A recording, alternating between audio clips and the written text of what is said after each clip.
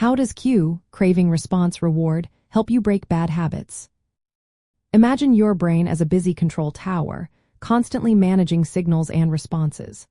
When it comes to habits, especially the ones you want to change, understanding how your brain processes these signals can make all the difference.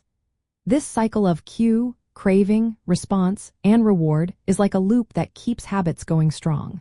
Knowing this loop helps you see exactly where to step in and make changes.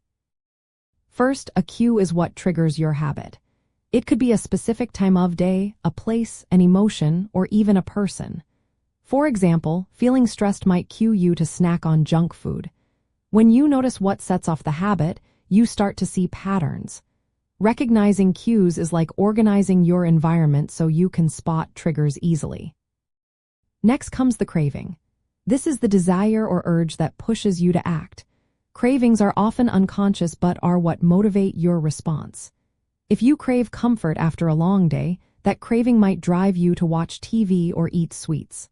Understanding what you truly want, whether it's relaxation, distraction, or relief, helps you find healthier ways to satisfy that need. The response is the actual habit you perform. It could be biting your nails, checking your phone, or smoking a cigarette. This is the behavior you want to change. When you identify responses, you can plan to replace them with better options. For example, instead of reaching for your phone when bored, you could pick up a book or go for a walk. Finally, the reward is what you get from the response. It might be a feeling of calm, a sense of accomplishment, or even just a distraction from stress. Rewards reinforce the habit loop, making it more likely to happen again. To change habits, you need to find new responses that give you similar rewards. If you replace a bad response with a healthy one that still gives you satisfaction, your brain begins to accept the new pattern. From an organization and storage point of view, breaking down this cycle helps you create a clear plan. You can store notes about your cues and cravings, track your responses, and see what rewards you're getting. This way, you can adjust your environment, plan new responses, and reinforce positive habits.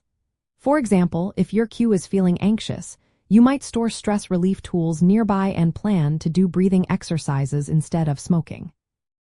Making your environment less triggering and setting up new responses makes it harder for old habits to survive. If your habit involves reaching for snacks when stressed, keeping healthy snacks handy can help. If your response is to scroll social media when bored, setting timers or using apps to limit usage can help.